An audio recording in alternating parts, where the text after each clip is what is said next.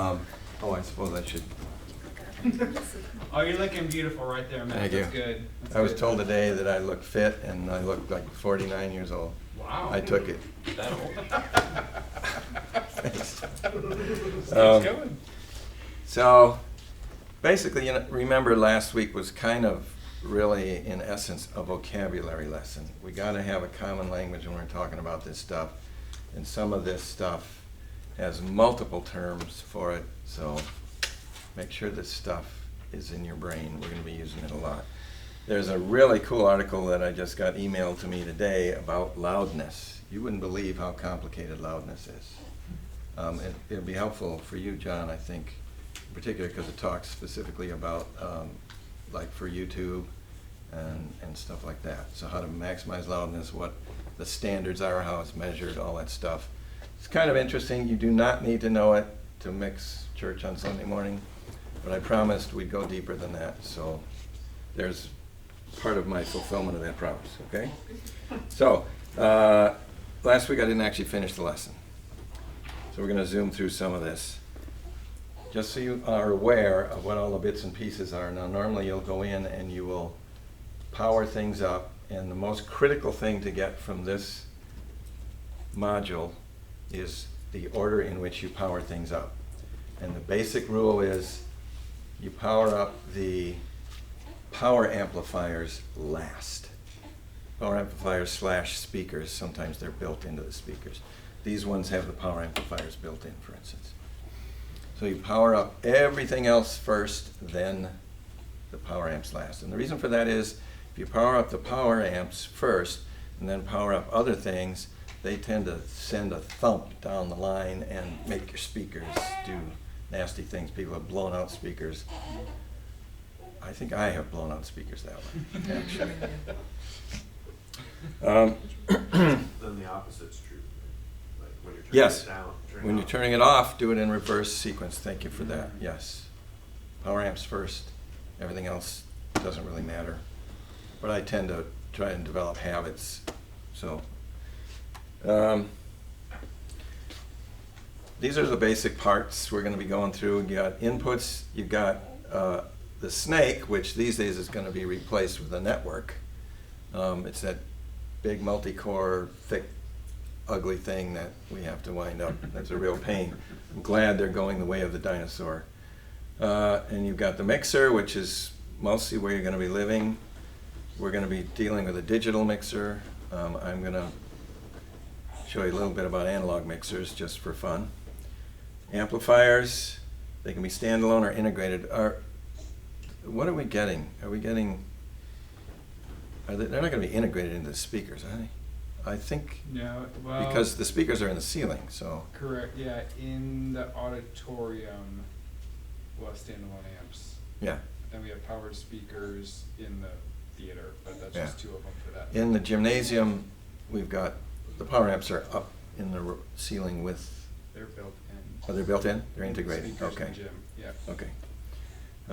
And then we got front of house speakers, and then for completeness here, we've got monitors. We use in-ears, but there's also wedges for real bands. That's what real bands are. I just wanted to show you what this for historical reasons. But it's helpful because it helps you visualize what one of the things we're going to be talking about tonight, and that is this thing called the channel strip, which is just one of these. If you'll notice, it's just the same thing repeated 8 times, right? That's why you look into studios, they'll be repeated 64 times or 128 times if you're doing in a film studio, for instance. But basically, we're going to be talking about both the channel strip and the flow of the signal through it, which is very critical. But what you've got is you've got an input here, you've got an insert point, you've got an initial gain knob. We'll be talking all about this, okay, don't worry. We got equalizer right here. We've got volume knobs to send it to alternative places besides the main outputs.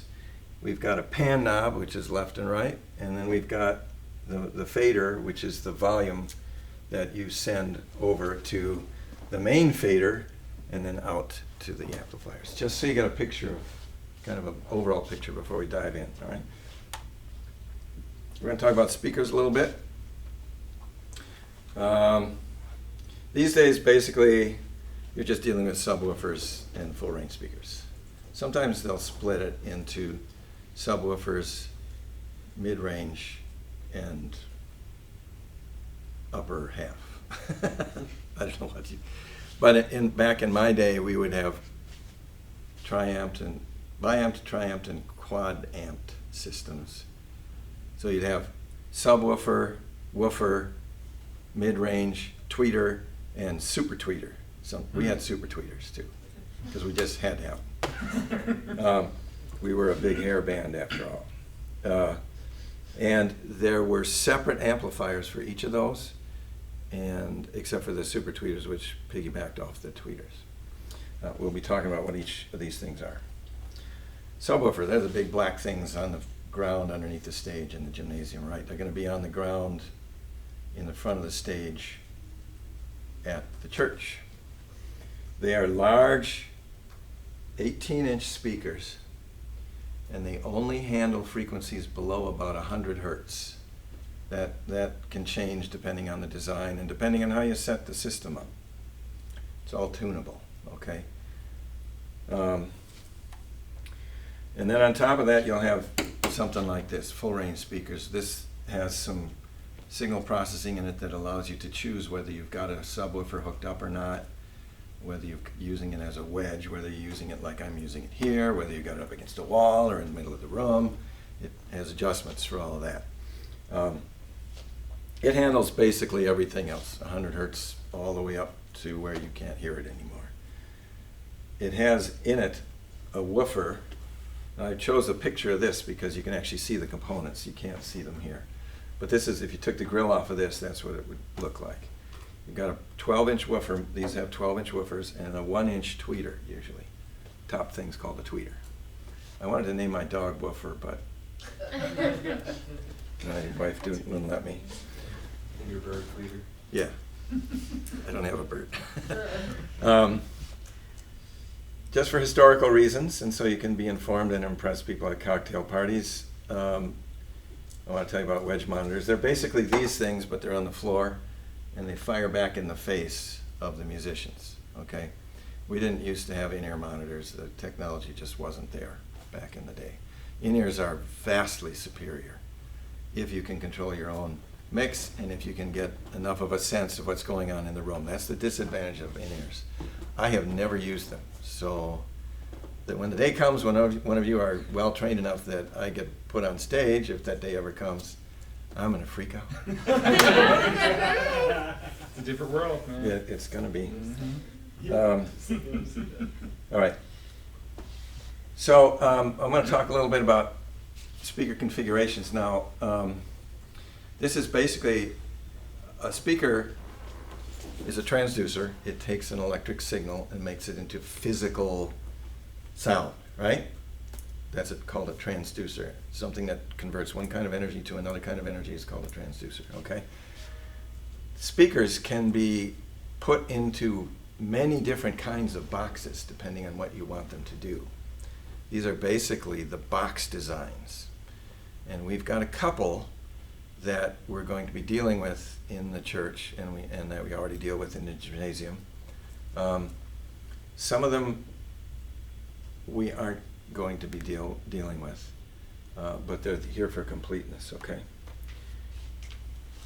This, back in my day for one tour, we had subwoofers that were mounted like this. The horns were like this long because of the wavelength, remember, of the sound. If you want to direct big waves, long waves, you need a big director to do it. Basically, the speaker is mounted in the back, and the horn gives directionality to the speaker. Otherwise, the speaker would splay the sound in like a semicircle, right? This directs it a bit so it'll throw the sound to the back wall of the room you're dealing with, which is what you want. You want full coverage, right? Now there's a problem with horn loading things, and I'm going to show you that on the next slide. It's called high frequency beaming, and this happens all the time. It can depend on the phase of the moon, what day of the week it is, the humidity in the air, seriously, how many people are in the room, your mood, I don't know. It seems to be magic. But I literally, the mix will change between rehearsal and performance. You'll get it tuned in perfectly, and then the performance starts and you go, the drums are too loud, and you didn't touch anything. And it has to do with all these weird physical factors, because you're dealing with essentially a medium that changes. Air gets denser, it gets rarefied without you doing anything to it. It's, you know, it gets full of water, it gets empty of water, and the acoustics of the room change too when people come in. Anyway, high frequency beaming. What happens is, with particular speaker designs and loading designs, that is, when you're putting the speaker in a box, the way it's put into the box, is that certain frequencies will actually like focus like a laser beam. So you might get a horn design, and this is a very typical frequency that this happens at, 4 kilohertz. Write that down. It is when your ear starts hurting, when your ear starts getting tired because of something going on up in that higher frequency range. Go for 4 kilohertz almost all the time. There's something about that frequency range, 2 to 4, makes your ears really tired really easily, and speaker designs, if there's a fault, that's usually where it is. If you'll look, sometimes you look at the way I've got things tuned on a Sunday morning on certain singers. I will just have 4K just notched right out. It has nothing to do with how good the singer is, not even much to do with their tonality, but it has to do with the room that day, whether they got a cold or not, what their mood is, if they remember to stay close to the mic or not.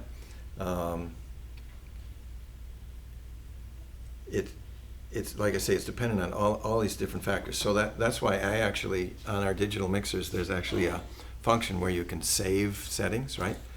I can set up this whole channel strip, the whole thing, and save it and say, this is the kick drum setting, right? This is it. And I'll call it up 3 weeks from now, and it sounds like crap. And I didn't change anything. The room changed. The drummer changed. The head got looser, you know, whatever. So they are of limited value. I actually never use them. I'm a bad boy for that, but I like to challenge myself and, you know, live on the edge and all that stuff. So, but just be aware of this, because especially initially, I'm going to do a lot of walking the room when we get in the new room. You'll see me do it, if you come early, you'll see me do it on some Sundays if I'm awake enough. I'll prowl the room. I'll get in the back corner because it might experience a bass boost against the back wall. I'll walk right in the lane of death, I call it, of the speakers, right? Right where that horn might focus with this high frequency problem. I've had 2 incidents that I can recall of people complaining that it was too loud since I've been here. That's really impressive for me. It's usually every Sunday. And one of them was, I did some investigation. One of them was the person was sitting right in the lane of death, where the laser focus of a high frequency would have hit, okay, right in the chair. So I thought, oh, okay, well, I missed the boat a little bit. I didn't tune it quite well enough. Things changed during the sermon so that the last song didn't work for that reason, whatever. So that's, if you're going to take something away from all of these speaker configurations, take that away, okay? The rest of these are more informational. So these are mostly found in cars. You'll find them in car stereos, in home stereos. But the horn is mounted right in the middle of the woofer. what that does for you, because if you think about it, there's, in any system that's got more than one speaker, you've got to have those transducers lined up, physically lined up vertically, exactly, okay? Otherwise, you're going to get these weird phase cancellations that we talked about last week. This is a way to try and make sure that that happens. These transducers are right, they're exactly, almost exactly in the same physical location. This doesn't always work well, but it was one way they did it. These happen to be also infinite baffle speakers. Infinite baffle speakers are speakers that are sealed airtight.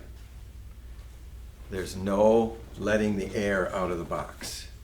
So when the speaker goes forward and back, it rarefies and compresses the air inside the box, and the entire box vibrates. And you can get low end from the vibration of the box. The box itself becomes a transducer.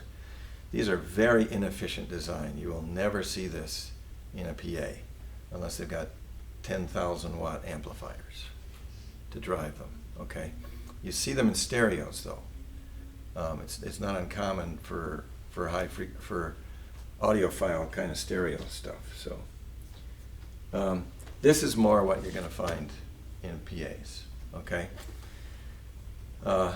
Ported or bass reflex. So what you've got, if you were to open this up, you'd find that there's probably 2 holes right here.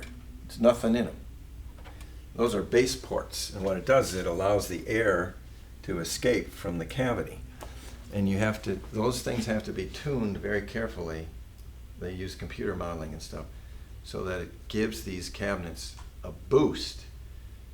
Because remember, we're dealing with phase cancellation. Again, if those ports are made wrong, it'll actually make it sound weaker in the bass and not stronger, okay? But, you know, presumably when you buy a speaker, it's been manufactured well, and yeah, I mean, you don't have to worry about this, but you need to be informed about it, okay? This is what we use in the gymnasium. It is basically a couple of woofers and some full, right? Or are they all full range? They're all full range. They're all full range, okay.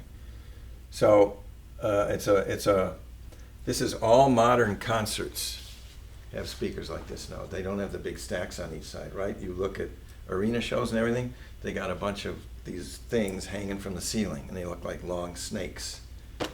They're line arrays, okay?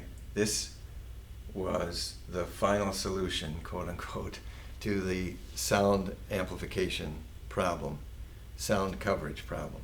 This is the best thing they've come up with so far. And I'll show you why. Well, you can imagine, problem first, okay? So remember that picture of the big stacks that I showed you?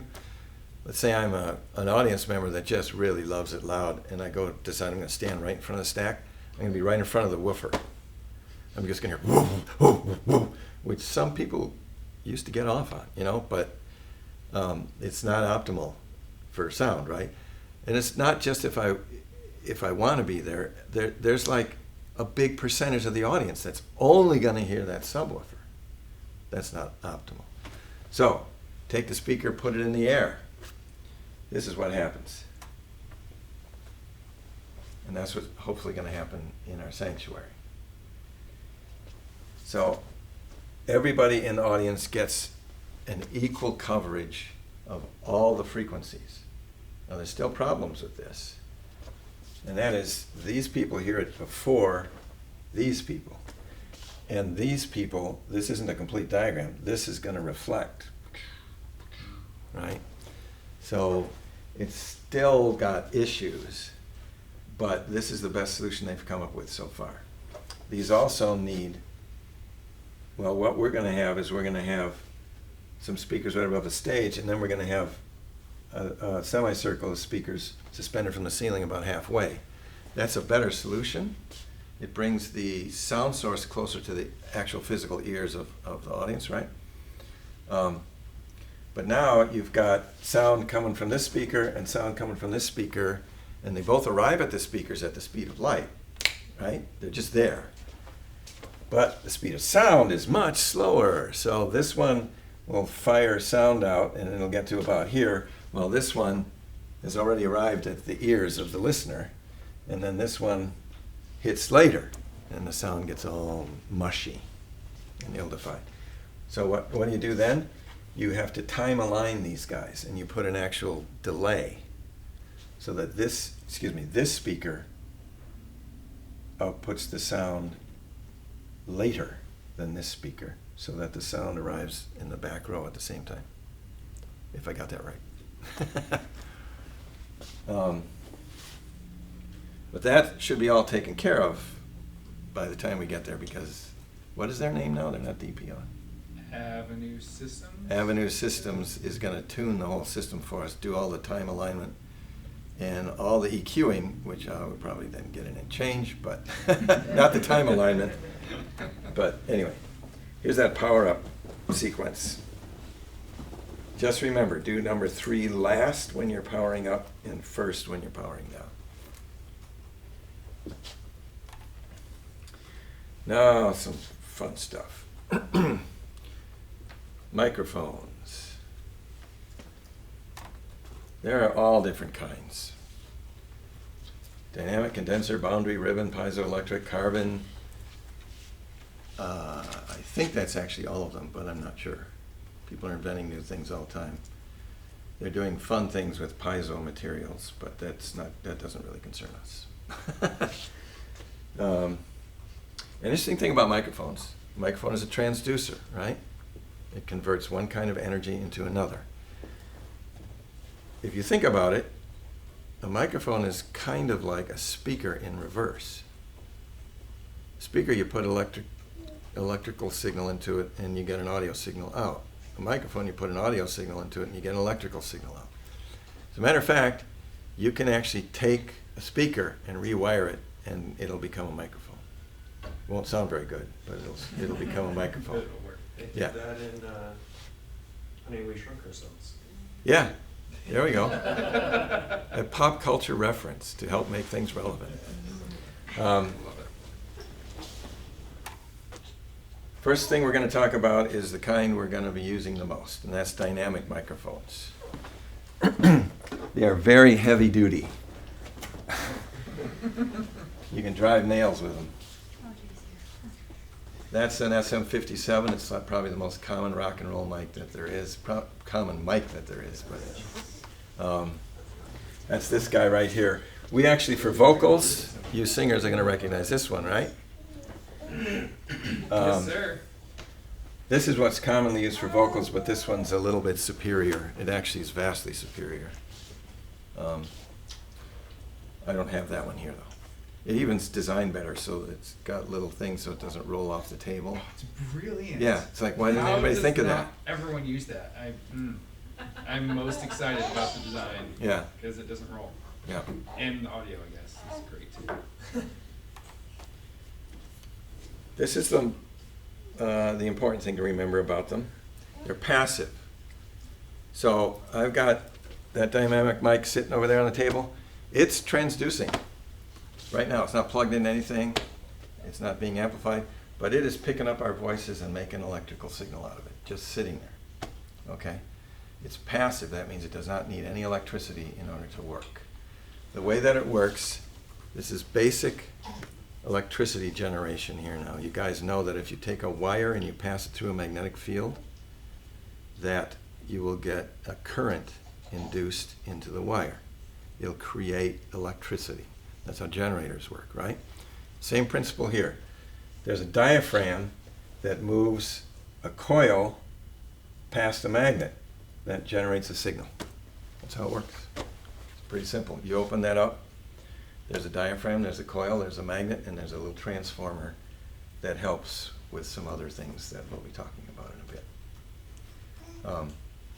It's dirt simple. That's why they're so heavy duty. Although the one I'm just passing around failed me last time I used it, which I was with another sound guy and he'd never seen one fail in his life.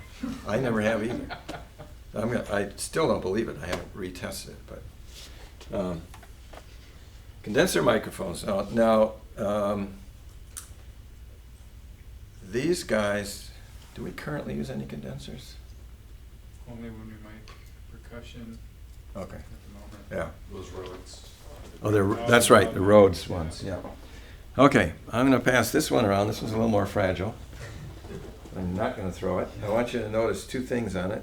There's a little rotary switch, and there's also a switch right on the right by the head here.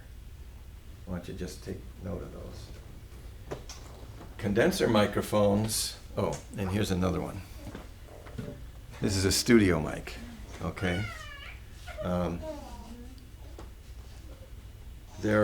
These things are all like custom made, and there's a limited market, so they're hideously expensive. This is a dirt cheap one. It's $350. Once again, it's got 3 switches on it. Take note. Here's the deal with condenser microphones. Whoops. They're active. So you can mic up the percussion with one of those. By the way, we're going to have 3 of those in the new building for drums. 1 on the hi-hat and 2 overheads. 2 overheads. You can hook one of those up, plug it into the mixer, and just like the dynamic microphone, and all the wires are good and everything, and it's not working. Why is it not working? Because you forgot to turn on power to it. How do you get power to that? Now, they used to, some of them still do come with batteries in them, but that, of course, is prone to failure. So there's this thing called, there's this thing called phantom power, which we'll get to in a minute. But the way this works is that the 2 plates, one of the plates have to be energized positively and negatively, and then you'll get a signal out. Now, what are the advantages to this? You get a hotter output signal. It's louder to begin with, which means that you're going to have more signal compared to noise. We'll be talking about that later too, signal to noise ratio.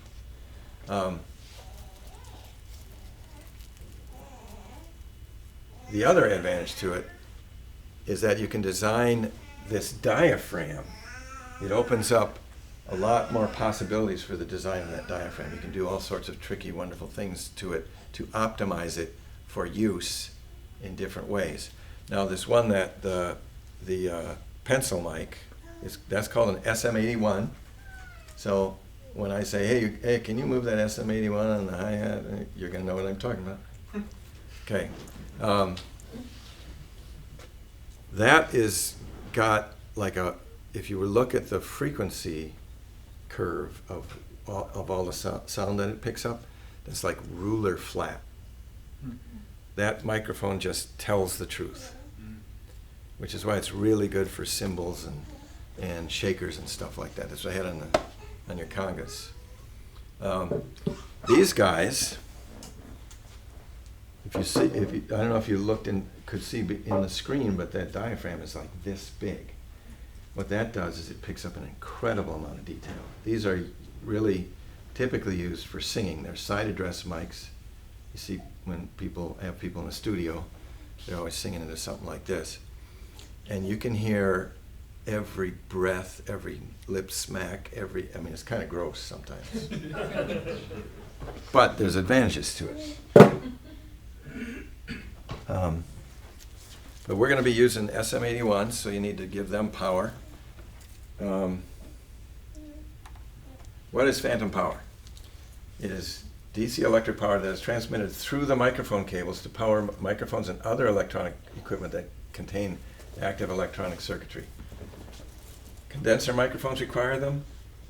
Direct boxes, we'll be telling you what those are in a minute. They require them, and there are these things that I have in the studio, inline microphone preamps. They look like direct boxes, but they're amplifiers. Now, why is it called phantom power? Because it goes down the same wire and uses the same 2 conductors as the signal from the microphone. It goes to the microphone to give it power. The microphone sends audio back down the same 2 wires. It's phantom. That's why they call it that way. But it's basically there's a way to use electronics to filter that out of what's on the wire. okay? That's kind of the essentials of what you need to know, but it's a DC voltage, means it's fixed. It's typically 48 volts, but it can vary from 12 to 48. It's 48 volts, and it just sits there. What we're interested in when we're trying to pick up the audio is the movement. So we can filter out the signal that's just sitting there and just get the movement. And that's done with capacitive networks and transformers and things like that. This one's fun. We're actually going to be using one of these. These are, kick drum mic. These are typically used, you'll see them at conference tables, right? They're called boundary microphones. And can you tell where the sound goes in? Now, look at the tip. There's a little slot. Yeah, right along. That's where it goes in. They invented, those are a relatively new invention. About 25 years ago they were invented, I guess, by Crown. And they have some very interesting characteristics, which we'll get into in a minute, but we're going to be using one of these on the kick drum. And the reason I chose that, it's a little bit more money than all the other kick drum mic choices, but it's pretty darn foolproof. You throw it in there and the kick drum just sounds really good right away. And the kick drum is very difficult to get to sound good. So when I'm faced with a situation like that, I tend to throw money at it if there's an available solution. Designed to make our lives easier. Okay, this is, once again, for completeness. We're never going to use one of these on stage, ever. This is a ribbon mic. Looks an awful lot like a condenser mic. Totally different technology. Very fragile. Don't break it. You buy it, you break it. You break it, you buy it. It's basically, the transducer is different, okay? It's literally got a ribbon that sits between two magnets, and once again, it's a metallic ribbon, and it generates an electrical signal when you breathe on it. You flex the ribbon, okay? That's what makes it so fragile, is because you stick that in a kick drum and the ribbon goes poof. It shreds, okay? Unless it's designed well. You can also hit it with so much sound that it slams against the magnet and destroys the ribbon too. They're really useful for you studio guys. They're really useful for when you're trying to record things that are really, really bright, maybe almost obnoxiously bright, and you got to try and control it. So I had a string quartet in my studio a couple of weeks ago, and I did all sorts of miking. I had 10 mics going on for 4 instruments. And I put, on close mics, I used all ribbon mics. And we used almost, excuse me, did I? Yes. No. I used a ribbon mic on the violin, and then I used the other 2 ribbon mics for the room. And we used almost exclusively the room mics. Because what it did, if you mic up a violin, I don't know if any of you've had that experience, but they can really hurt your ears. You know that even if they're just played poorly, or they're a bad violin, right? These guys smooth out the high end really nicely, but their frequency response, remember I said the other one was ruler flat? This one, if bass is over here and highs are over here, it goes like this. And I will actually use it for overheads in drums because it controls the cymbals. If I want more high end, I can always turn up the treble, okay?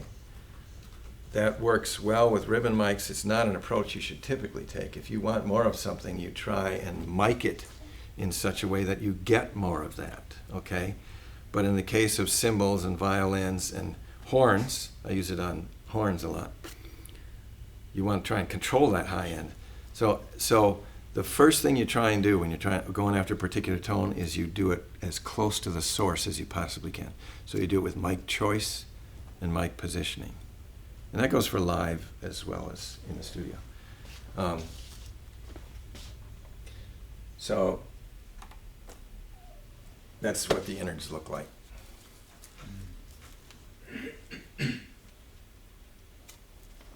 And another interesting thing about it, if you'll notice, you kind of have a front and a back to it. This thing, there was a little symbol carved on the side. I don't know if you noticed it. Looks like an 8. That means that it picks things up here and it picks things up here. Both directions. But like this, it doesn't pick up anything. And one interesting trick I found out, which once again we'll never use live, but this is fun. Micing up guitars. So I have the guitar amp sitting there, we'll dial in a really nice tone, I'll put a dynamic mic really close, like an SM57, and I'll mess with the positioning on that till I get the tone I want. And then you take a ribbon mic about 3 feet away, and you turn it so that the null, the part that doesn't pick up sound, is facing the amp. And then you fade in a little bit of that, and it picks up the room. And it sounds really killer in a bunch of, in certain situations. It depends on what you're after, but it's just counterintuitive, but fun. Okay. So I hinted a little bit about this. This is really important. These are called polar patterns or pickup patterns. And there's 7 of them on this diagram. There were like 2 that I was like, oh, I didn't know there was one of those. So that's what's so great about sound. It's like you're always learning new stuff. Omnidirectional means what? Can anybody guess? Thank you. Omni, like omnipresent. Okay, omnidirectional. We actually use omnidirectional mics. Anybody want to wager where? Every Sunday.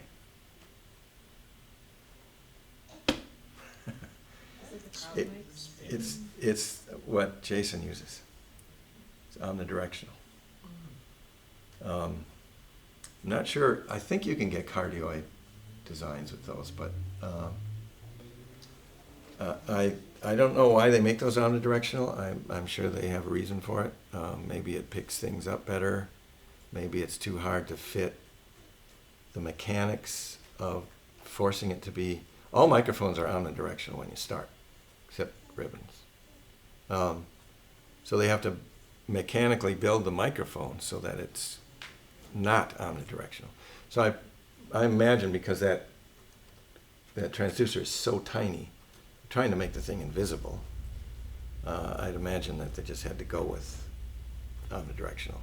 So that microphone is the most dangerous microphone in the arsenal. I happen to know where the trouble spots are, and I've dealt with them a lot, but I spend probably 10 minutes. If it's a new room, new person using it, I'll spend like 10 minutes, I'll just make them talk, which, preachers are happy to do usually, and just tune it in, not only so I can get it loud enough without it feeding back, but now I gotta get it to sound good too. It's a real tricky dude. The one I forgot about or didn't know about was subcardioid, which is not very useful. Cardioid is what you're typically going to be dealing with. The 57s are cardioid. The microphones we're getting for the toms are cardioid. This guy's cardioid. This guy has a cardioid position. Almost all the mics are going to be cardioid. Okay? That means when you are like this, it's not going to pick you up. Not picking me up right now. Now it's picking me up. Okay? That used to be really important back when we used wedge monitors.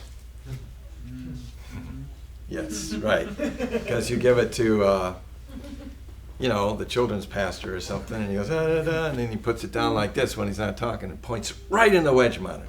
But fortunately, they don't have to be in the wedge monitor. But a lot of times they would just use the singer's mic and do that. And, oh, it's just, anyway. You can dress them up, but you can't take them out. Supercardioid is one that's designed to have even, supercardioid and hypercardioid are designed to have even more rejection in the back. But they do have this little tiny lobe that sits right here.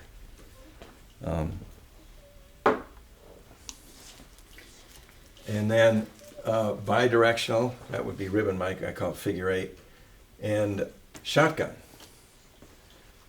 which is that guy right there. They're designed to pick up sounds at a distance. So you've got a pair of shotgun mics in the front of the stage picking up the audience for your guys' benefit, your performers.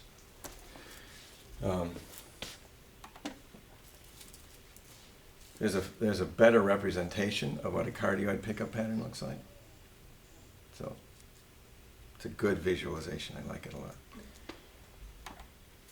On the directional, so you can imagine as I turn up the volume on that thing, the globe gets bigger, right?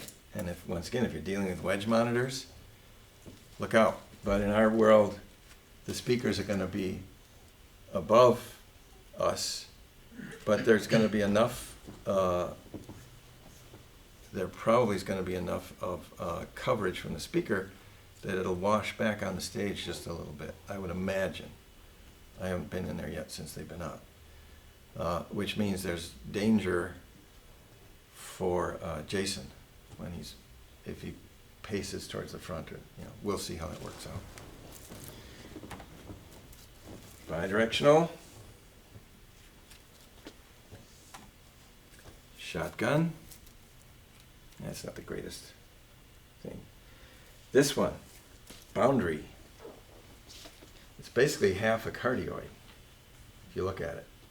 It's a cardioid sliced, an apple sliced in half, right? So when you put this guy in the drum, in the kick drum, you know, the wire is going to be connecting here. You just drop it through the hole and in, and you're done. Instead of, in studio, I have to have an assistant in the other room. And no, 3 inches to the left. No, 1 inch. It's very painful. Okay. There's a lot that goes into mic technique, and most of it comes just with experience. There's a lot of articles written about it. We're going to talk about every instrument on stage and how to mic it, even though we don't actually mic some of them. Most of them are direct. But we're going to spend a lot of time on the drums because you guys are going to have to deal with that every time you're doing it. All right? But these are obviously things to avoid. Distortion, bleed, which is I got a mic over here, and I got a that's micing this thingy, thing A, and I got a mic over here that's micing thing B. Thing B is picking up thing A. That's called bleed, okay? Most of the time that you want to avoid that. In our world, you want to avoid that. Sometimes it's really cool, depending on the vibe you're going with. And phase cancellation, which we will have a little bit of a demonstration of in a minute. Things to use, proximity effect, which we will talk about in a minute, don't worry. And tools at your disposal. Placement, the phase switch on the mixer, and mic technique. Now, I have taken the trouble to teach one of our singers mic technique. That's Christina, because she's got a voice that goes from this big to this big, and it's really hard to control. It's really great, but it's really hard to control as a sound guy, right? So I spent about 5 minutes with her and just told her, do this, do that, and I said, go Google it, watch some YouTube videos. And the next Sunday she was just nailing it. But it's basically, when you're quiet, you do this. When you're loud, you do this. And some singers even do this. Watch them. They're really good singers. They'll lean way back if they're like playing the piano. They'll lean way back when they're really wailing. and they'll dive in really close. And it's fun to watch too, so there's an entertainment value as well. But that's up to the singer. You have no control over that unless you are brave enough to coach the singer. How many singers does it take to screw in a light bulb? Just one. They just stand and the whole world revolves around them.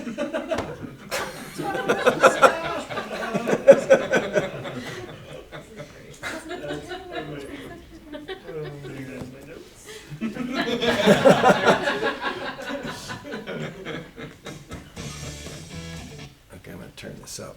It's a little video about proximity effect, which I found very helpful. Once again, I will send all of these slides to you so you can check this stuff out yourself. Chad, let's talk about proximity effect. That term gets thrown around a lot, and a lot of people don't know exactly what it means, but I know that it's somehow related to the polar pattern. Tell us about that. Proximity effect is a byproduct of a good cardioid microphone. So what that means is, as the sound source gets closer in proximity to the microphone, the output has a more pronounced low frequency content, if you will. And as the sound source gets further in distance from the microphone, then the low frequency content starts to become less and less, right? So, and this is related to a good unidirectional microphone. An omnidirectional microphone doesn't exhibit proximity effect. The closer the sound source is to the diaphragm, the more low frequencies are reproduced by the system. Can a performer use that proximity effect as a creative tool to their advantage? Yeah, definitely so. You'll get different characteristics when you're further away or closer to it. It's certainly a dramatic effect in some cases when you want to have sort of a very warm and present type of a situation. So if I'm demoing a mic in a store, how do I really know that the pattern is really cardioid? So you would plug the microphone in, and through some playback, headphones or speakers or whatnot, you basically hold the microphone at some fixed distance from your mouth and listen to that level that's coming right off of the on axis, right on axis. I'm right on axis of this mic. And then just turn the microphone to the side like this and hear that the level should go down a little bit. And I'm trying to maintain a consistent volume Cardioid hiccup. as I speak. And now I'm on 180 degrees. We should see 20 plus dB of rejection. And as 20 we move plus, on, that's 90 times degrees, quieter. it No, two picks times. up a little bit, and then on axis is the strongest signal. So the SM58, like all true cardioid mics, does have some proximity effect, and that's a good thing. For more information about SM58 facts versus fiction, check out the other videos in this series. And buy our stuff. Okay. Let's see here. I want to go back here. Okay. Next thing I'm going to demonstrate is phase cancellation. And I've got a little demo I put together here. This link right here, by the way, did everybody do their homework? Yeah. Download the Reaper and if you wanted to, the other thing.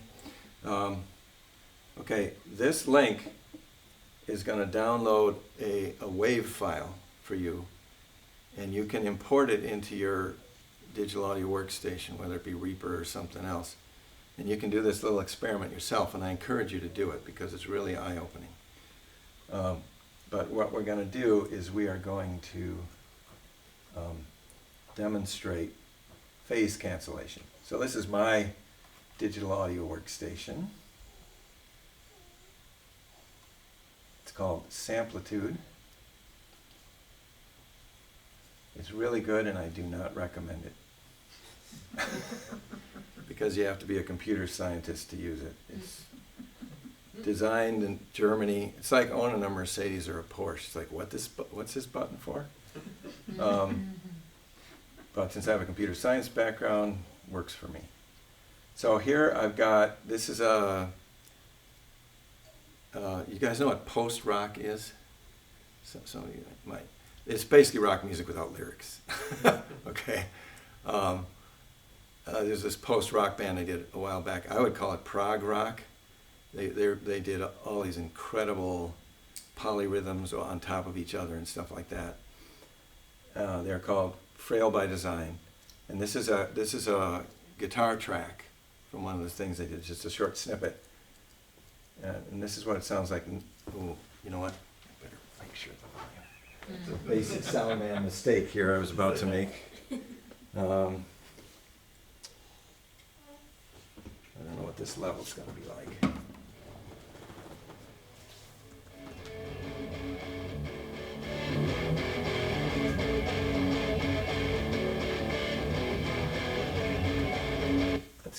Let's turn that up a bit more.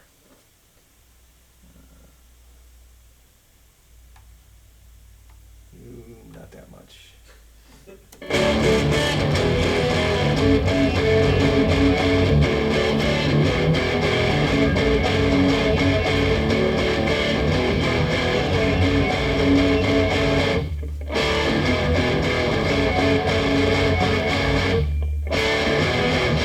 So you get the idea. Nice beefy, metalish guitar, right? Watch what happens when right here, let's see, where is it? If I can find it. There it is. This thing right here that my cursor is on is a phase switch. So what I've done is I've taken the wave file that link looks at, and I've copied it, I've brought it in 4 times on 4 different tracks, okay? So what I'm going to do, the first 2 tracks then are completely identical to each other. I didn't adjust volume, I didn't do anything. I just imported the wave files and hit play. Now watch what happens when I flip the phase switch so that the second track is 180 degrees out of phase with the first track. Do you guys remember what happens when that occurs? They cancel. They cancel out, right? See if it really happens.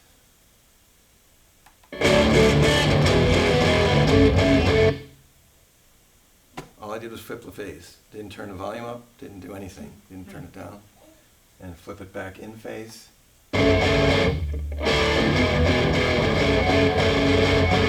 So it's true. I am telling the truth. This is another interesting experiment. This I got it turned down, I'm pretty sure. Let's see here. You're typically not going to experience a phase cancellation that's 180 degrees out. What's typically going to happen is you'll encounter funny tonalities. Like you can have one fader up and it sounds great, you pull up another fader, all of a sudden the first fader sounds funny because you pulled up the second one. So they're interacting somehow. And it's almost always phase that's causing it. So here's, once again, the track by itself.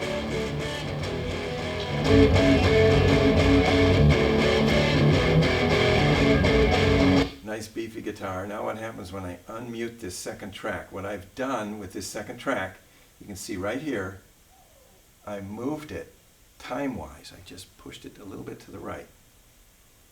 You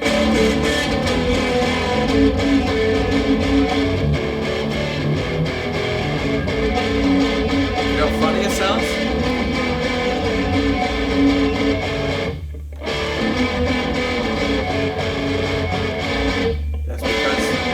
That's because you've got a phase issue between the 2 tracks. Sounds like a phaser. It sounded like a flanger. Yeah. Well, we'll talk about what flangers are if you want, but not right now. That's typically what you're going to run into, especially if you're double miking something. Sometimes you will get that on a single channel because the microphone might be at exactly the wrong distance from like an amplifier, and you're getting the signal that's going traveling straight towards it and one that's bouncing off the floor. So you actually have 2 sources, so to speak, and they're doing funny things to the tone. The way you fix that is you move the mic around. You change the time at which the sound wave is reaching the microphone. Okay. That was all very entertaining. So like I said, your homework is going to be to download that and fiddle with it yourself. Now when you do that time shift where you drag it to the right, we're talking really tiny, tiny increments, okay? So zoom in as close as you can. Well, probably not that close, but you know, pretty close. And drag it by little increments and have a listen. See what it does. Soon you'll start, if you drag it too far to the right, you'll hear kind of an echo effect. You know you've gone too far. All right.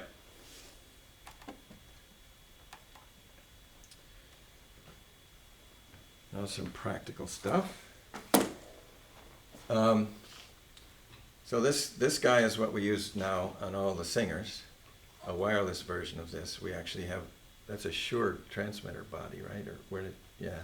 So we actually took the Shure capsule off the Shure microphone and put this capsule on it instead. The capsule being this bit. It's called the capsule, okay? Because I was pretty unhappy with the way the microphones were sounding. We were using these microphones called SM58s, and no matter who was up there singing, because you singers are a special group of people or something, I didn't like the sound of I didn't like what I was getting. Singing was fine, but I didn't like the tonality. So I read about this capsule, and it was a small risk. It was about $100 just to get the capsule. We tried one out, and it was night and day. Billie Eilish uses this one. And that was kind of the tonality I was after, that breathiness. I was not getting it from you guys. So this microphone is exclusively used on vocals in our case. Oh, whoops, that's the wrong one. So it's a hypercardioid, it's dynamic, it's handheld, and it's wireless. And it's called an SE Electronics V7. The SM81, which we had one of here, is cardioid. It's a small diaphragm, it's a condenser, so it needs power. It has a bass roll-off switch and a pad. That's what these things were, okay? So you see the little graph, right? That's how much bass you can roll off or whether you want to roll off any. So in our use, we're going to be rolling off as much as we can when we have it on the hi-hat, and we're going to be rolling off a little bit in overheads, maybe. Maybe it'll sound good if we just keep it flat. We'll just experiment with that. The other thing we're going to do is we're going to use this pad, which is the ring around here. We're going to put it to -10. What that does is it physically makes the mic 10 decibels quieter. Remember I said do things as close to the source as you possibly can? Drums are loud. We don't need that much amplification. What we're after with drums is trying to get good tone, not necessarily sound. I mean, we don't have to mic them at all in most rooms, including the one we're going to be moving into. But they'll sound bad, so we're after tone. So, -10 on this guy. And you can see what its uses are, because these guys now actually, they might move around, so you need to know about this. But use it on the hi-hat and overheads, but also hand percussion and hand drums, on the heads of hand drums. So last Sunday, if you were in church, that's what I mic'd up the congas with. And you notice how they just really cut through everything. A lot of times when you watch bands that have congas, you're like, where are the congas? I hate that. So and make sure that they're there. And small diaphragm, that means you can hear all this detail for shakers. Oh, they're so great. You can hear every little bead moving around. And Shure Beta 91A is a half cardioid boundary mic. It has a built-in preamplifier. What does that mean? It means we got to give it phantom power, right? And it's got a contour switch, which I have no idea what it does, so we'll find out together. And it's just used for one thing, kick drum.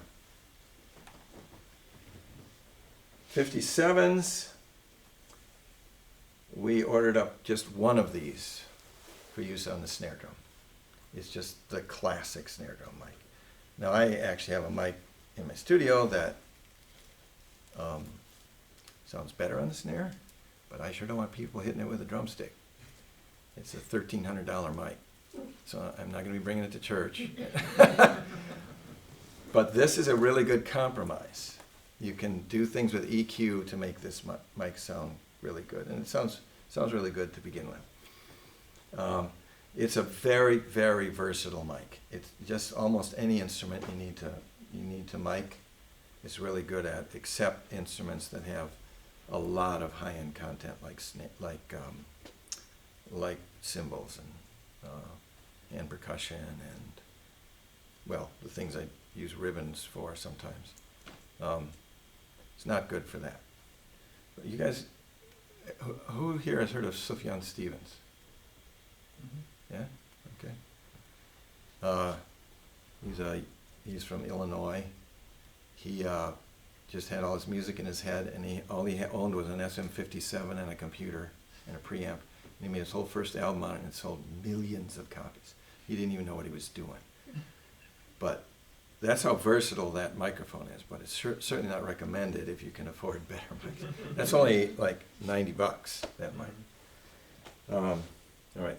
A lot of people use them on toms and stuff. We got special microphones coming in for toms that, once again, tried to buy mics that just work without tweaking very much, so that things will just sound good right out of the Are outset. you only using like condenser mics for like cymbals, overheads, and most percussion things? That's basically the only place I'm using them right now.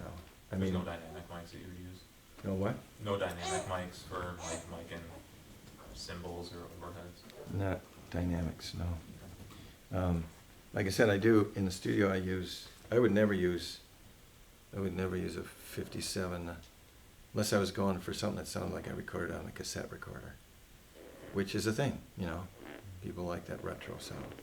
Is that with proximity effect with however far you get that dynamic microwave? Yeah, but then- all you're getting is high end, or? Yeah, well, you're not gonna. The high end is not gonna sound good. The frequency roll off looks a bit like ribbons. It rolls off in the high end. Okay, so it's just not ideal for that. It also doesn't pick up a lot of detail. It's kind of an all-purpose hammer, you know. It kind of, but not everything's a nail. You know? So this is what we're going to use on the rack tom. It's a special tom mic. I haven't heard it, but the dude said it's good. And the one I spec'd out isn't made anymore, so. Hypercardioid dynamic, doesn't need phantom power. Almost all drum mics are going to be dynamic no matter where you go. This is going to be used on the floor tom. This is an old trick of mine that I use in the studio all the time. We'll see if it works in this case. But that's actually a kick drum mic. If you put it on the floor tom just sounds really huge right away, and that's really nice. You can always get rid of some of that hugeness if you want, but you can't conjure it up, right? So it's also going to be, we'll probably be moving it around in the case where we use djembe or cajon and don't use the kit. Because think about it, it's a kick drum mic, and what's coming out of the back of that cajon is all the bass frequencies. And the same thing with the djembe, it's all the bass frequencies. So if you ever notice when Mike is playing it, we always mic behind and in front, and that's why. The front is to get all the detail with the slapping and all that stuff. Okay, how we doing? Okay. Are all those drum mics going to be on stands or clips? We have not decided that.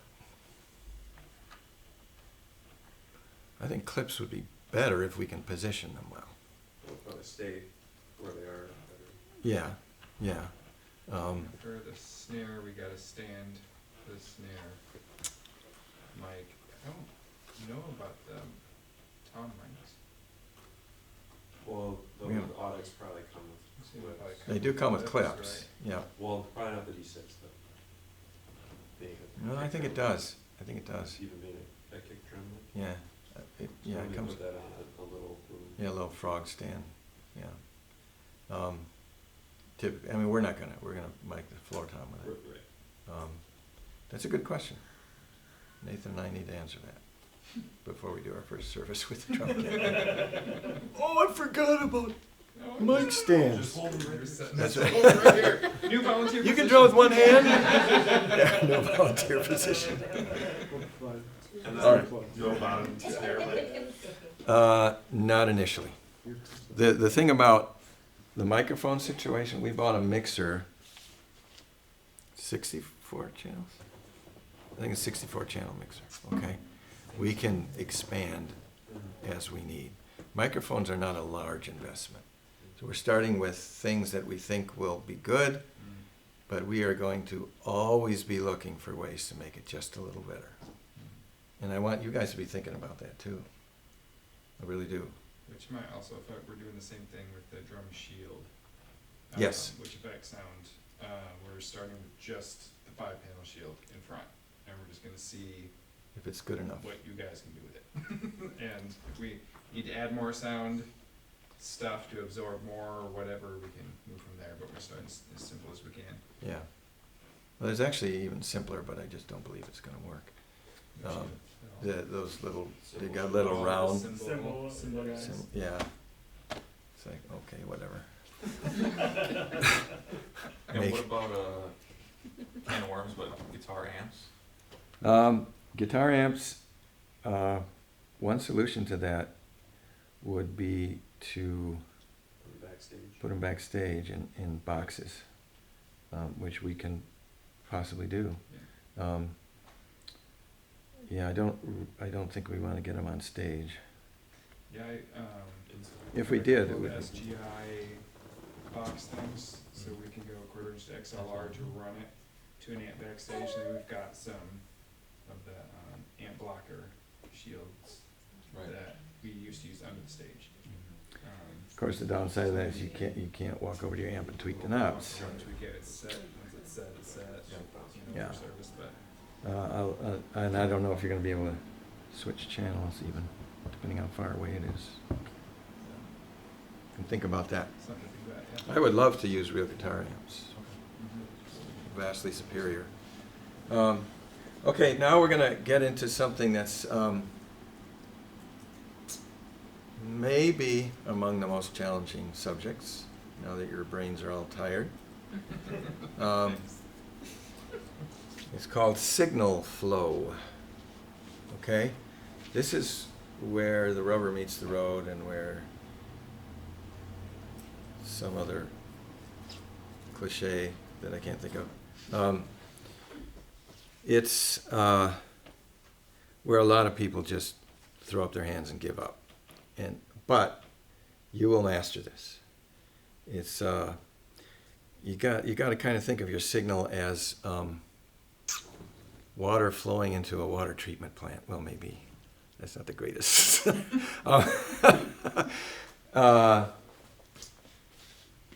Your signal starts at the microphone, right? And it's this tiny little thing. I mean, you almost have to look under a microscope to see it, so to speak. And it's not useful the way that it comes. It's not useful to your audience the way that it comes out of the microphone. It is useful, but it's not useful to your audience. So we got to do all sorts of things to make it be what we want it to be by the time it fires out the speakers. And those things live in a chain. You can think of it as a chain, right? That's called the signal chain, and it flows through that chain. Now that chain actually has a couple of branches, but mostly it's just a chain, one thing, right? That's where that channel strip, picture that channel strip again, okay? We're going to get into what every knob on that channel strip does, plus some that weren't on there, okay? So this is an actual signal chain diagram for the Avantis itself. If you guys want to pull up the slide I'll send them out tomorrow. If you want to pull it up and actually read all the little printing, okay? This is a single channel strip, and those channels, you think of them in terms of once it goes through the channel strip, then I just send it to that big fader at the end, so it comes out the speakers, right? Well, there's actually, oh, I think I made note of it somewhere. No, I didn't. I think we've got 42 possible destinations, not just one, but 42. Why in the world would you want that? Well, how about stereo headphone mixes for everybody? That's a destination. You got 5 musicians, that's 10 channels already, right? How about simultaneous broadcast? That's 2 more channels. How about I want to send some of the signal off to an echo chamber and then bring it back? That's another channel. I want to send it to a delay unit. That's another channel. I want to send it to a different delay unit. That's another. I do this on Sunday mornings. I want to send it to a different kind of reverb. On Sunday mornings, I have 2 reverbs and 2 delays at my disposal. That's 4 buses, right? They're called buses, by the way. That's 4 buses right there. Plus the mains, which is what we call the master fader thing. Okay? That's what these things to the right are. And all of them have their own signal processing built into them too. So you can see the complexity kind of multiplies. But really all you have to learn is one instance of this channel strip, and then you understand all 64 of them. Right? So when you see these pictures of these studios with these 1,000 knobs, it's just the same 15 knobs repeated. Okay, it's just that these ones are for the snare and these ones are for the toms, or one of the toms, right? All right. In the Avantis, this is the signal flow chain. These are all the bits, okay? It comes from a source, it goes to the input, goes through a preamplifier, goes from an analog to digital converter, goes through an input filter, a gate, an insert point, an EQ, a compressor, a pan, a fader, a delay, and it gets sent to the buses. This actually occurs up here. Some of it does. So it gets sent to digital to analog converters. We probably have a speaker processor somewhere in the chain, I think, at the output. I think we do. Great question. I think we do. For some good. I think I saw it on spec sheet. Power amplifiers, and then finally out to speakers and into headphones. We're going to talk about all these bits. Oops. So you guys know about microphones. These are direct boxes. You've seen these lying around on the stage. They are used to convert, like, okay, I didn't want to talk about impedance. They're used to convert like guitar signals and keyboard signals into signals that can travel down a microphone cable. Think of it that way, okay? They've got transformers in them. Some of them have active electronics. Some of them need batteries. Some of them need phantom power. Do we have any phantom powered ones? Nope. Okay, they're all passive.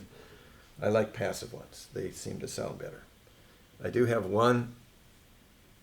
Remember I talked about if I've got a problem, if I've got a sound source that always causes problems for me, like a kick drum, that I will spend money on something that I know works so that it takes me less time, because time is more important. Bass guitars, it would take me, I'd get everybody else dialed in and I'd spend the rest of the day getting the bass guitar right. So I went out and I spent $850 on a direct box.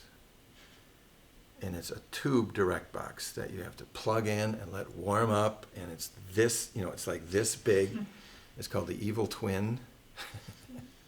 And it's handmade, and I don't know if they make them anymore. And you plug it in and it sounds incredible, just right away.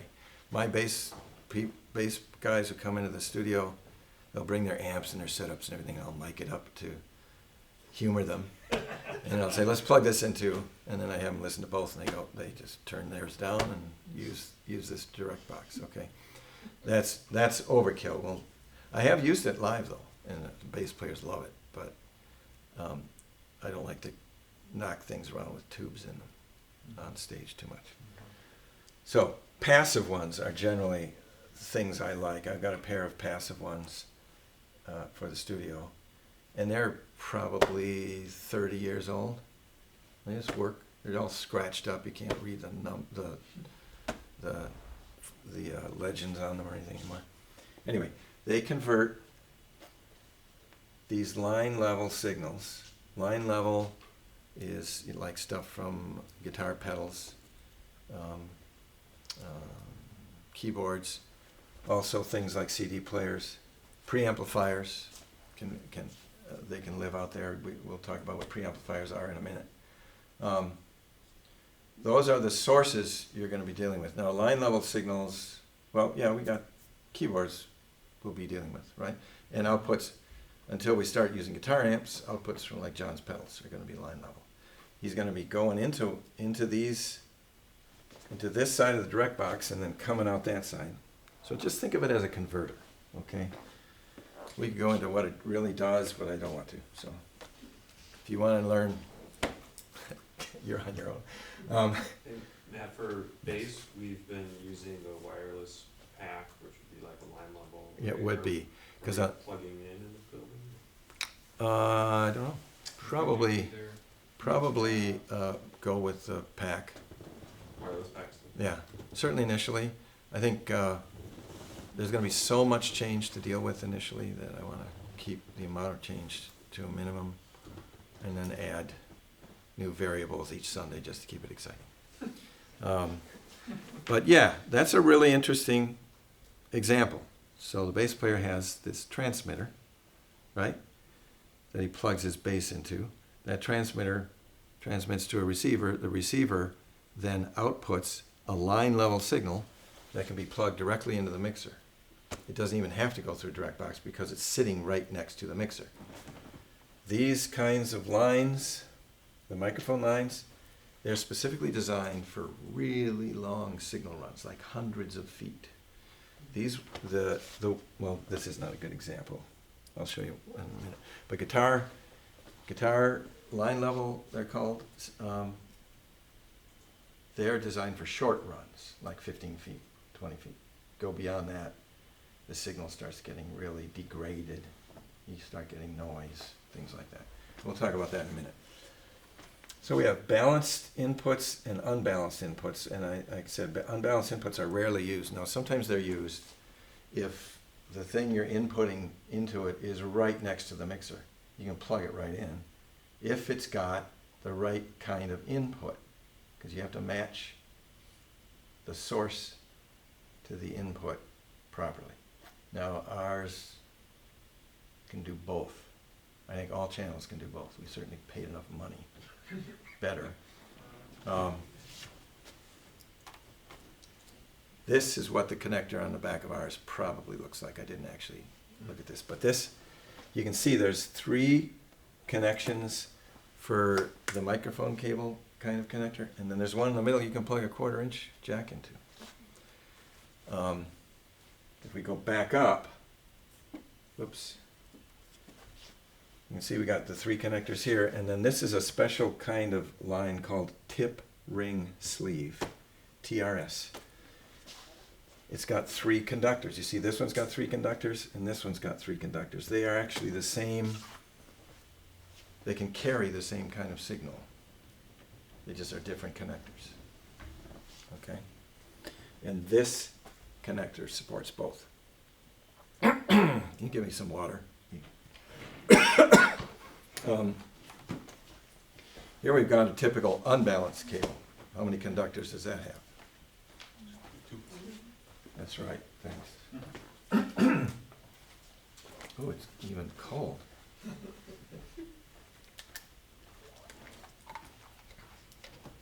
This is like a guitar cable. The output from the keyboard's going to be this.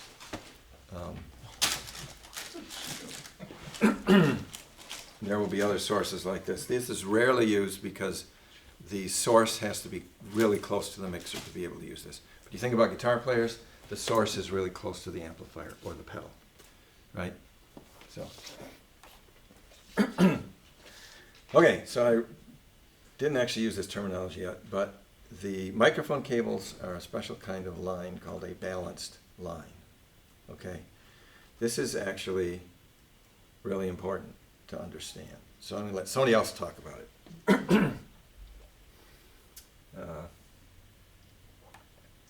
This has really good illustrations here. Hey, what's up guys? My name is Josh and today I'm going to show you the difference between balanced and unbalanced audio signals.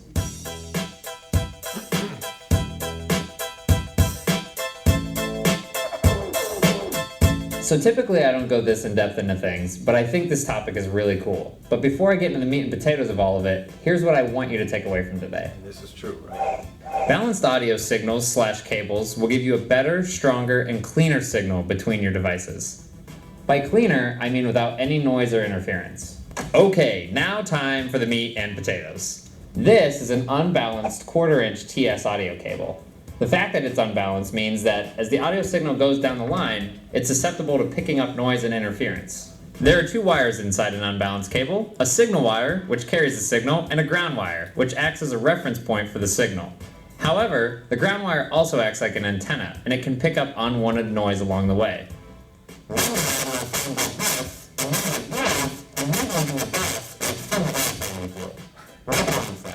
So where does this noise come from?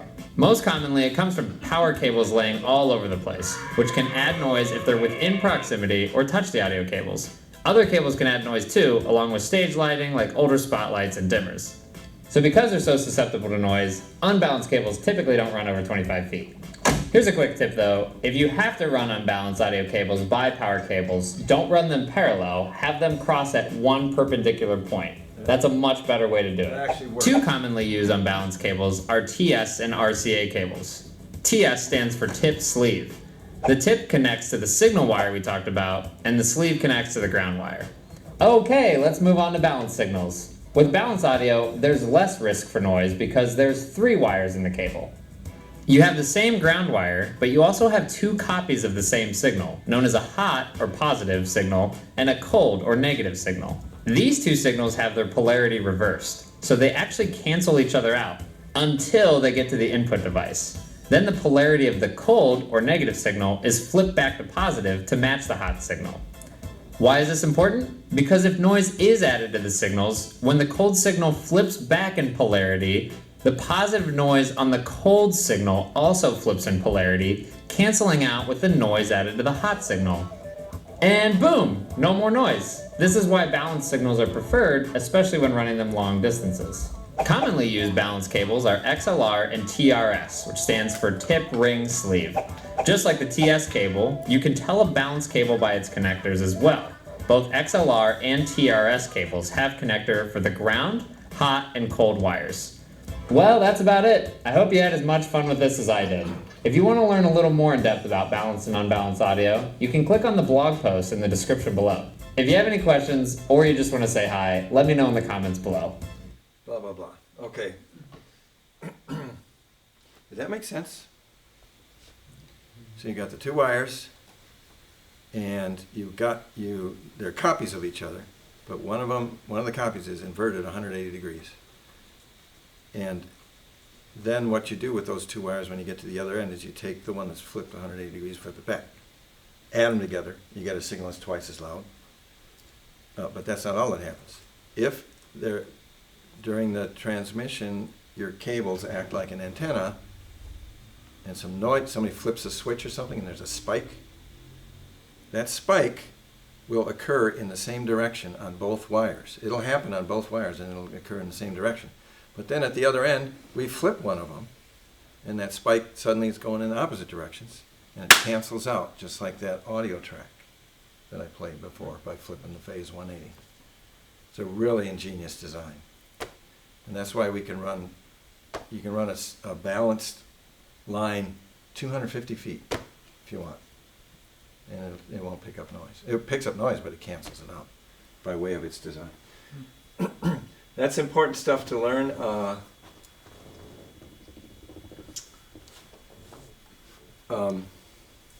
And that trick about if you do have to run any kind of audio line near any kind of power line, don't run it parallel. Because that power line is generating an electric field that's like this big fat casing around it. It's invisible. You run your line parallel to it, it'll just induce 60 cycle hum in that wire. Okay? You run it crosswise to it. I mean, I've literally had scenarios where I had the channel soloed in the PA and it was going and I take it and I move it like that. It goes and disappears just from moving a wire. We had one scenario. This is something called a ground loop, and we'll get into troubleshooting. This is one of the last modules where the entire system was humming. We turned it on, plugged it in the way we normally do every night. The entire system was humming. The whole thing. It's solo. Usually it's a channel. It's solo a channel. Listen to just that channel. Every channel. Hum, hum, hum, hum, hum. Nothing was even plugged in. We tried all sorts of tricks, but we had, I don't know if you guys noticed, but there's the snakes that we have in the church will have a box on the end that has, you can plug the microphones into, right? Mm-hmm. The one sitting back by the video thing has the box, right? We had a snake with a metal box, and we set it on the concrete. It was a bandshell thing. That created a circuit, and electricity was going through the electrical box into the ground on the concrete, and creating this magnetic field in the whole snake. So every wire was humming. All we had to do was pick it up, put a piece of wood underneath it. But it took us a half hour to find it. Okay. This is the first thing that the signal from, let's just talk about microphones, that the signal from the microphone hits, the preamplifier. As you are closer to the source, the closer you are to the source, the more important the signal processing occurs. That's why in the studio world, you spend a lot of money on microphones, and then you start spending money on preamplifiers, if you can. They're really expensive too. It's criminal how expensive they are. But they're all like handmade, and you know, not every housewife is buying them to wash their dishes or whatever. You know, they're not a consumer item. So they're a special purpose. Anyway, whenever you buy a mixer by definition has to have as many preamplifiers, generally speaking, as it has input channels. Now in my studio I've got a stereo preamplifier. All it does is make the volume louder. That's all it does. It provides phantom power if you want. But all it does is make the volume louder. That's it. Okay? And it's 2 channels, and it costs $1,500 for 2 channels. Multiply that times 64. You can't afford that. That's why in big studios, the mixing boards cost $500,000. They have to make compromises with these guys, but the kind of mixer we bought is called an Allen Heath mixer, and it has really nice preamplifiers. I've used them before. The other choice would be Midas, which is the other one we have. Which is, you know, when Nathan asked me if I wanted this job, I was like, can I play with that Midas mixer? Yes, that's your job. Okay, good. So they're both really good mixers, and the preamplifiers, which count a lot, are really good. A preamplifier that I want to avoid with all my heart is a Mackie preamplifier. Now maybe it's gotten better, but they sound like fingernails on a chalkboard to me.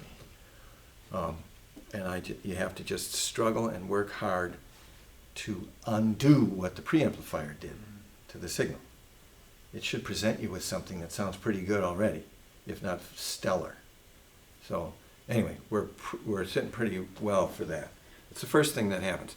And this is where the kind of the initial volume level is set. So when I ask Micah to slap the cajon I am adjusting his preamplifier level. That's all I'm doing initially. Okay, now I'll do tone stuff, but typically I can do tonal stuff on the run. This preamplifier level, however, affects everything downstream. It's the first thing the signal hits.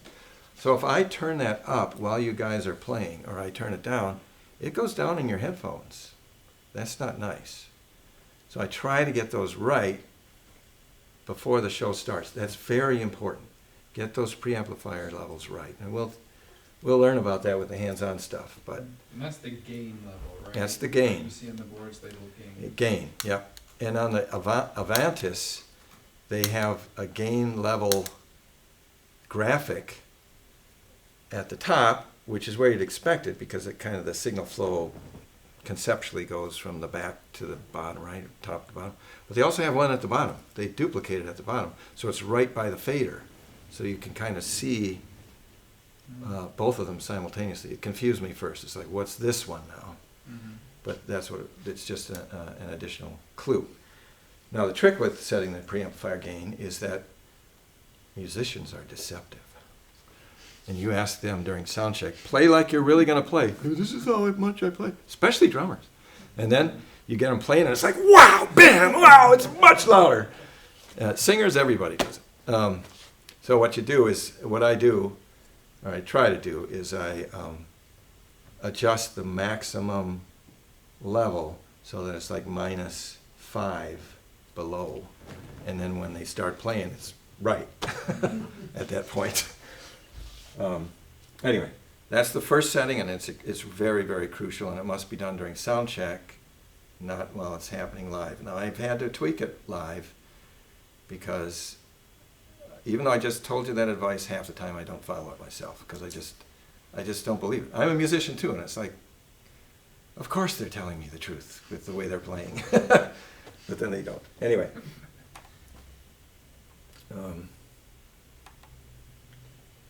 Next it hits the analog to digital converter. Now I'm going to give you some detail here that I am not sure that we've got options presented to us on this guy in the analog to digital converter. We probably have sample rate, but I doubt we have bit depth. But we're going to talk a little bit about both of those things. The analog to digital converter is another transducer that converts analog signals, the kinds of things we experience in everyday life, into ones and zeros. Okay? Once again, it's a really critical part. If that thing is not good, then all the processing in the world downstream is just going to be working. It's the old saying, you can't polish a turd. Okay? I think that was busted.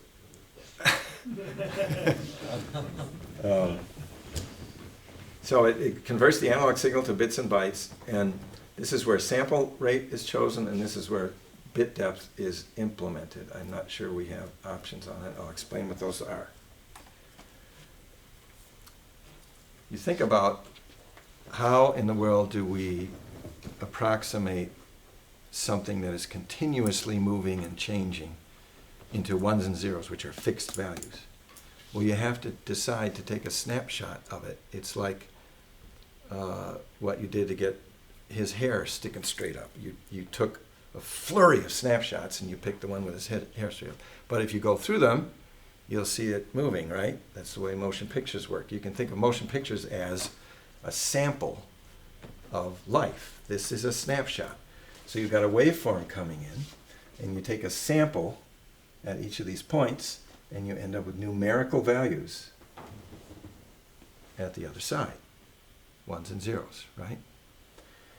If you sample it more often, you get a more accurate representation. See how much closer it looks to the waveform, the incoming waveform? Okay, apparently I have a video for this too. I don't remember this. Oh yeah, this is good.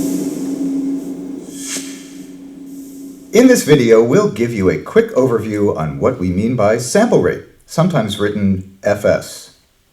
The basic concept you'll need to understand is the relationship between sample rate and the frequency content of an audio recording. Before we dive into the description of sample rate, Let's listen to a few recordings made at different sample rates. Pay special attention to the changes in high frequency content of each. As the sample rate decreases, the high frequency information is less.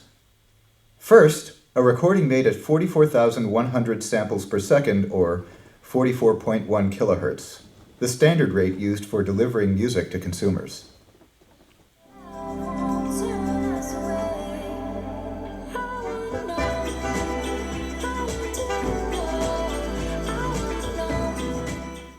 Next is the same recording made at 1/2 that rate, or 22.050 kilohertz.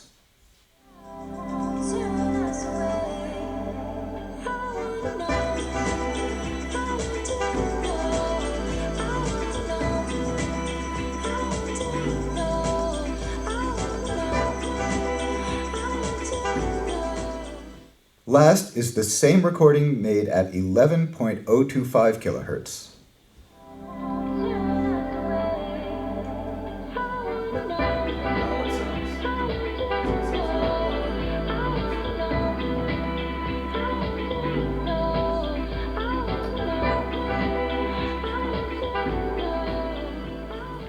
So here's some background information on what's happening. If we wanted to make a recording of it, we would need to sample it at twice that speed.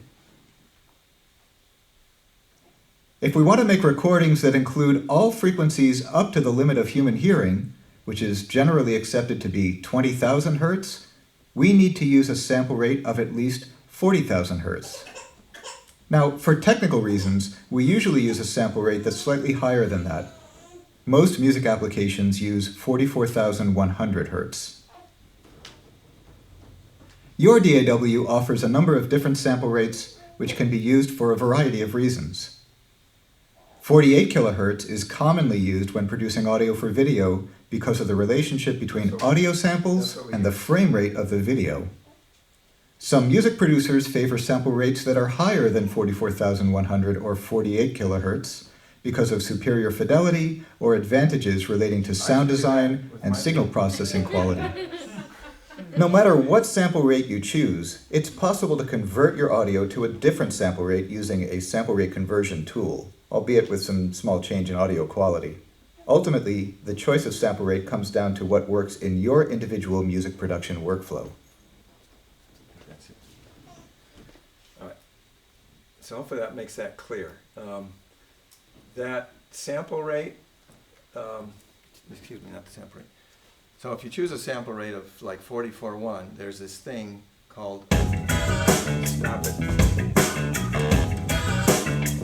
There's this thing called the Nyquist frequency, once again for your cocktail conversations, that is the highest frequency that can be reproduced when you sample at a given sample rate. So 44.1, the Nyquist frequency for 44.1 is something like 22 kilohertz. It's half because of that drawing, remember? 2 points in order to represent that sine wave. So if you have more bits, more decimal places, as it were, representing the sound, you get a bigger dynamic range, the difference between loud and quiet. So if you think about it, I've got 2 bits representing, sorry, I'm getting into computer science here, but if I got 2 bits, that's a 1 and a 0. Excuse me, that's 1 bit. 1 and a 0. Representing my sound, it can just be on or off. That's your dynamic range. I've got 2 bits, suddenly I've got 4 levels of representation. It can be on a little bit, on halfway, on a little bit more, all the way on, right? Now just extrapolate that out, and you start to get into the dynamic range that your ear can actually hear, right? Another video, it's shorter.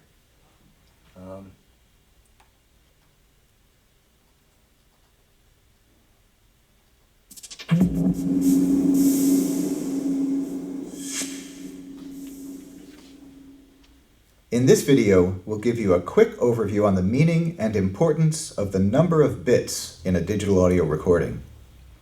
The basic concept you'll need to understand is the relationship between the number of bits and the dynamic range of a recording.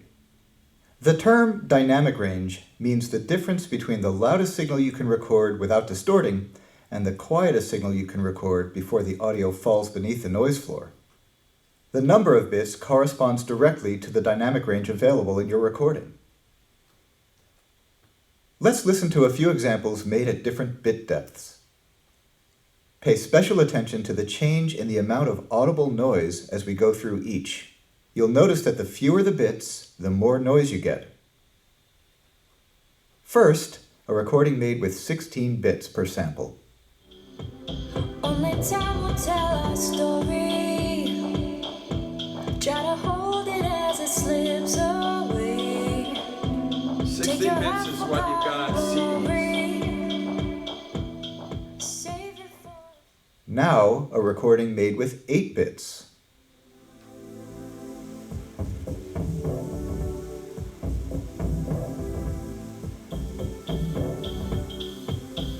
only time will tell our story.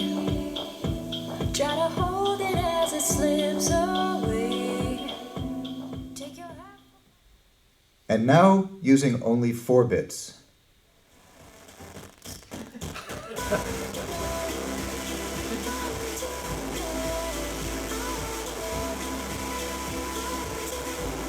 Not to use. That's 16 levels of volume, but it's just useless. At a resolution of 4 bits, the noise actually covers up some of the music in the quiet sections. Some of it? It's generally recommended that you use at least 24 bits in your recordings. Now, most music distribution formats use 16 bits or fewer, and that's fine for your audience. But when you're working as a music producer, sometimes you want to do things to a track like turn it up, turn it down, use a limiter, compress it, which might bring the noise floor up. So it's nice to have a little extra dynamic range so that in the final product, we haven't raised the noise floor to the point where we can hear it. We'll talk about noise floor, don't worry. All right. Okay. How's everybody doing? All right? If we need to stop, let me know. Whoops. Yeah. Hi everybody! Hi. In this video, we're going to spend just a few minutes. No, we're not. So, the actual article I pulled these videos from is available in this link. It's really interesting, but I'm not sure. I'm pretty sure that we have access to the sample rate, and we're going to go with 48K because we do the video broadcasting. Okay. I don't think we've got. It doesn't make sense to change up the bit depth because all that does typically is give you more space. So if I only use 16 bits to represent things, I got more room. It doesn't take up as much room on a disk. That's the only reason to do it. But because machines these days can process 24 bits, no problem. When I first started 16 bits, it was like sweating bullets just to do it. But you had to because that's minimum. The maximum dynamic range the human ear can hear is about 120 before you fall over with bleeding ears. 24 bits gives you 144 decibels of dynamic range, so beyond what you need. Okay, seriously, how's everybody doing? I can blast through the rest of this. How much is left? Yeah, too much, but I'll only take maybe 10 minutes.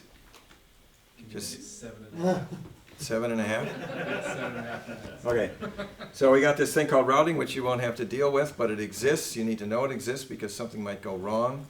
But basically, the way that our mixer works is it's got satellite devices that you plug microphones in, and then it's all multiplexed onto a single wire that's then sent to the mixer, and then you can tell the mixer, well, I want to use microphone input number 5 from that satellite over there, and I want to bring it into channel 1. That's called routing.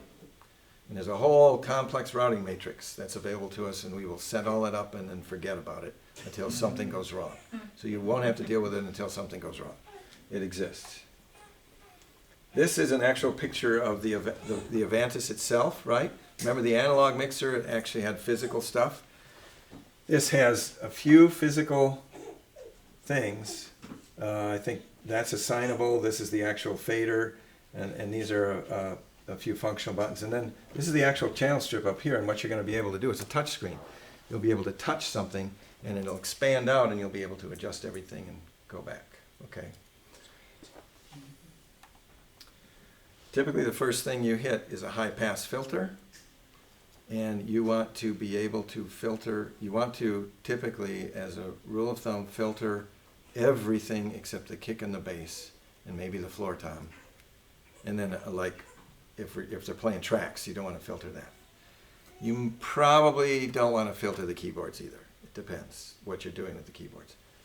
But singers and stuff, you really want to filter them, because what happens is, a filter, I typically filter about 100 hertz. If you've got a singer and they put their mic on a mic stand, now we've got a concrete floor, this is not going to happen. But then somebody walks across the stage, the mic's thing goes boom, boom, boom, boom, boom, like that. This filter gets rid of that sound. And you can do, in the studio, you can do a whole mix. And you listen to individual channels, they sound great. You do this whole mix and it sounds like mud. And it's because all of that inaudible stuff you didn't hear on all of those 16 or 20 channels suddenly becomes audible, and there's just all this mud on the bottom that you didn't intend to be there. So filter everything at about 100 hertz. Good rule of thumb.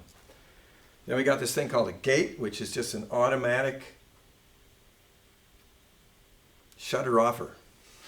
I hate them. So let it be known, I hate them.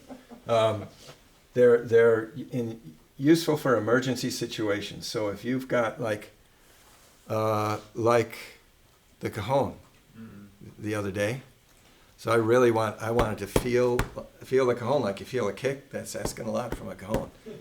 And I just wanted it, and I turned it, and I got it sounding great, and it went when you stopped playing. So I used the gate, and I adjusted it so that when you weren't playing, it shut it off. Okay?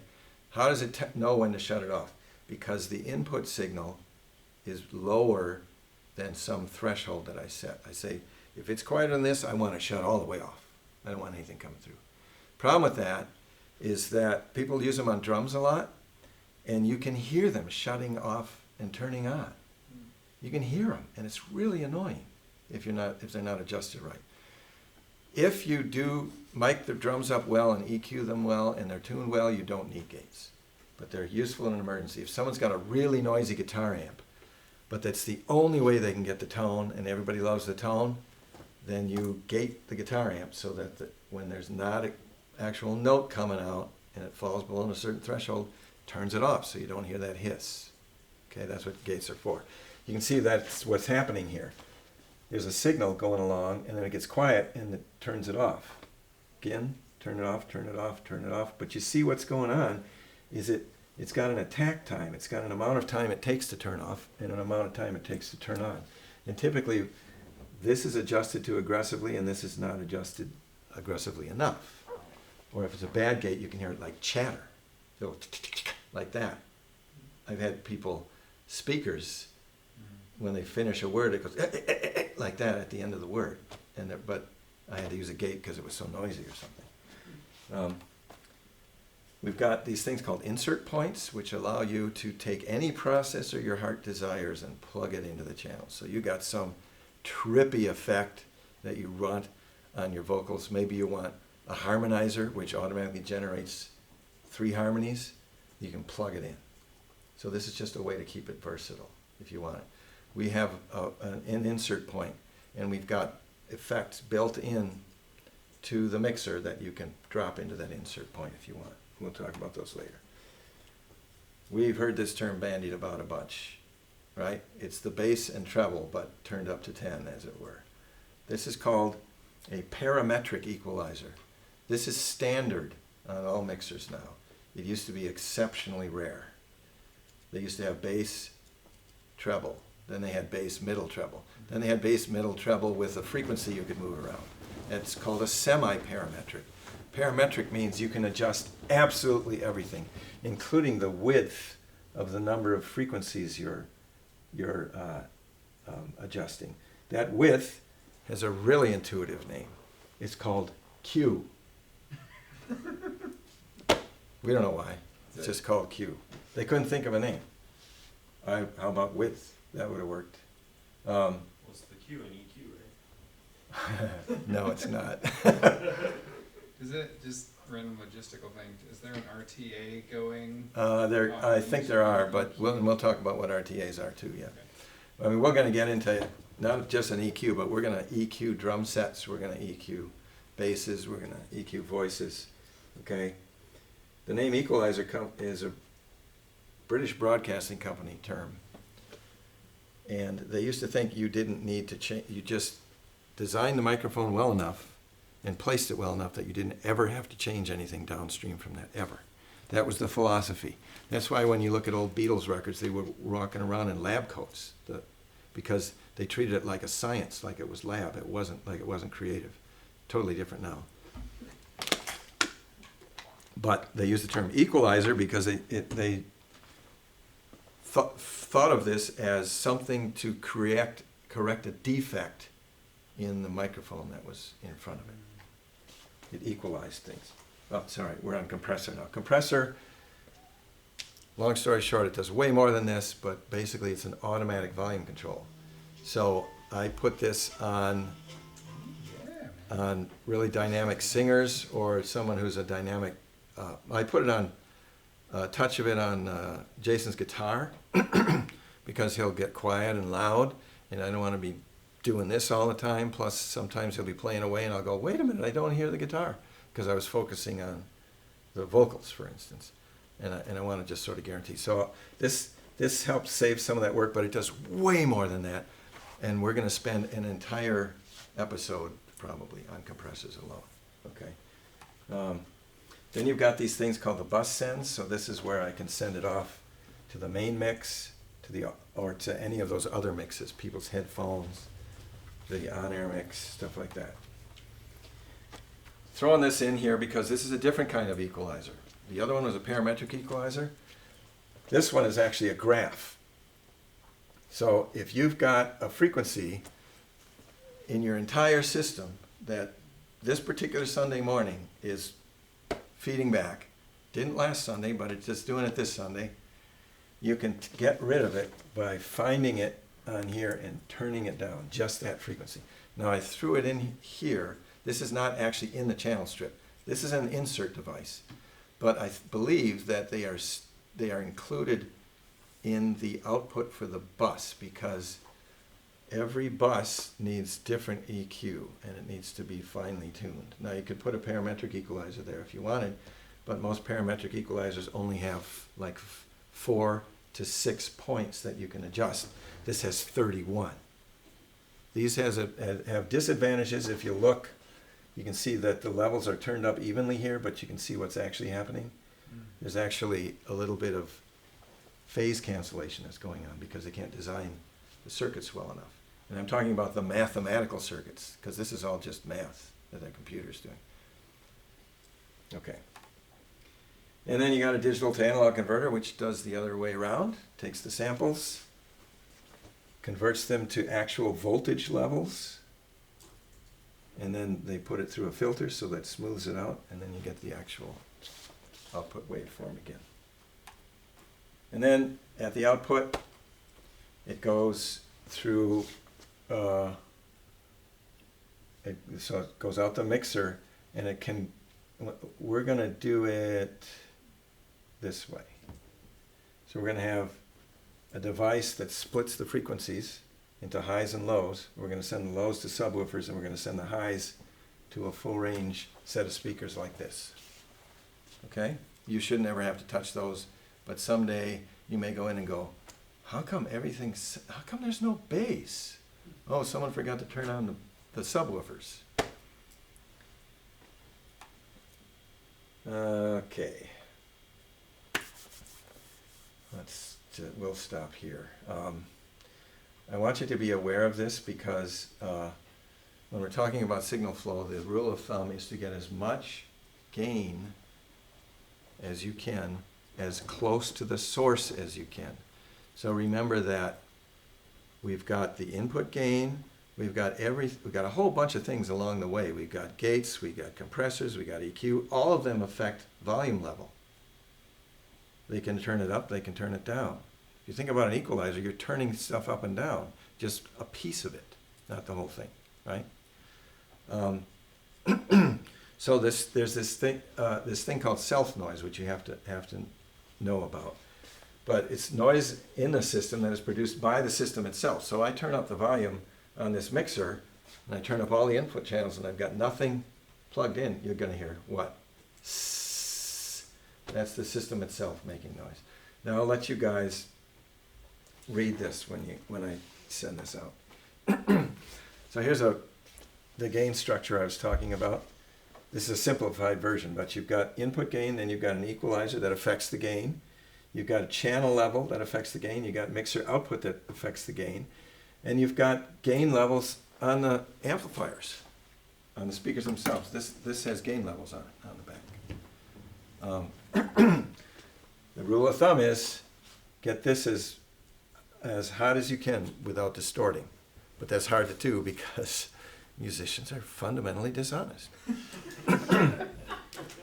It's hard to do. So, you got to get it right, and you let them run through some songs, and you're tweaking it while they're running the songs. And I basically, if I have to do a radical change, I've done it to various ones of you at different times. I've said, sorry, I had to turn you way down. You're going to have to adjust your own phones. Fortunately, everybody does their own headphone mixes. You guys all know that. So those are all the elements that can affect the gain in one slide, right? Unless I forgot something.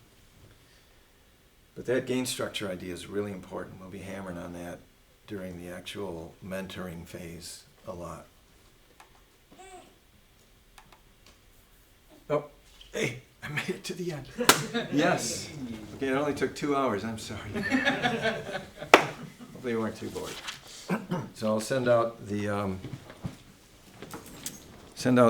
slide thing tomorrow to the mailing list, and I'll start putting together next week's lesson. Thanks, Matt. You're welcome. Welcome.